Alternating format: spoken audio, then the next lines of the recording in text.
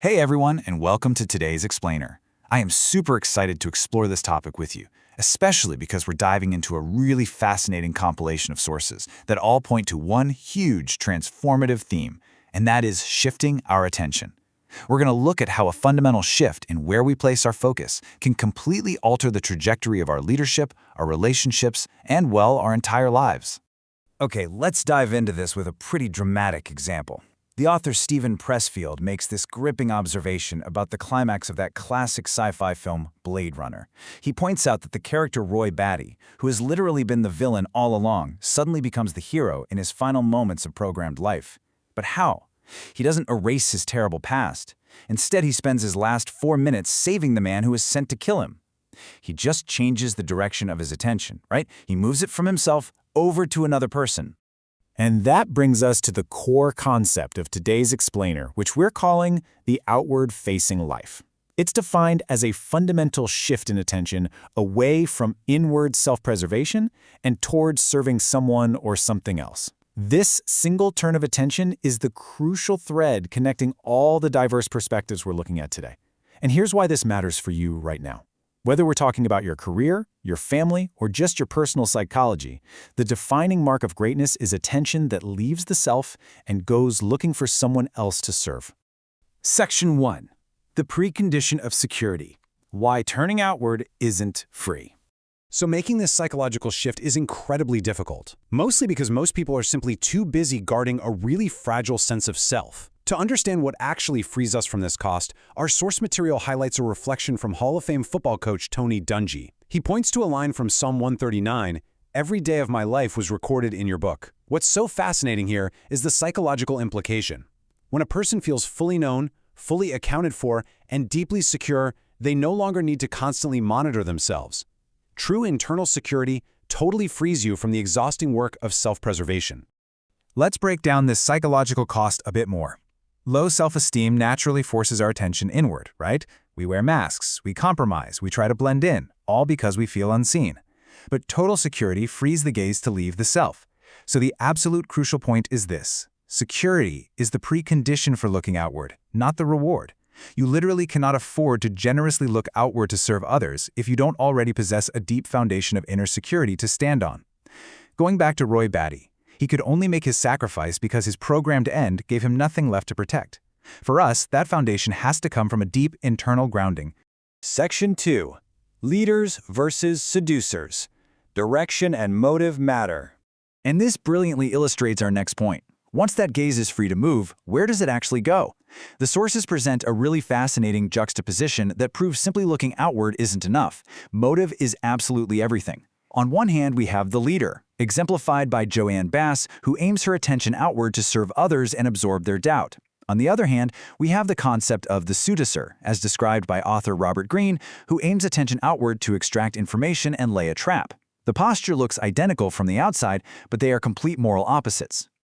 Let's look a little closer at the leader's approach. Joanne Bass was the first woman to hold the highest enlisted rank in the U.S. Air Force. As you can imagine, she faced immense skepticism. People looked at her as too young or too different to lead. But because she was secure, her attention didn't collapse inward into defensiveness. Instead, she converted those skeptical glances into fuel, taking those challenges as an opportunity to clear a path for the next generation. That right there is the outward gaze aimed at serving. Now, contrast that with Greene's concept of the seducer. The seducer is never self-absorbed, but for a pretty unsettling reason. They study someone else's inner world specifically to figure out how to make them lose their ability to think straight. They look outward to extract. So the outward gaze by itself proves nothing. We really have to constantly ask ourselves, am I looking outward to serve the people around me, or am I looking outward to manipulate them for my own gain? Section 3. The armor of competence, the foundation that holds it all together. You might be wondering, how do leaders actually sustain this secure, outward-facing posture over time without just eventually crumbling under the weight of criticism? Well, our source material introduces a concept from NFL general manager Les Snead, who argues that actual, hard-earned competence should double as armor against criticism. Leaders like Bass can absorb doubt without flinching because they have built something real. Their competence acts as a literal defensive shield, ensuring that external doubt just bounces off and doesn't penetrate their internal security. But how do you actually build that armor? Honestly, it requires an unglamorous daily discipline.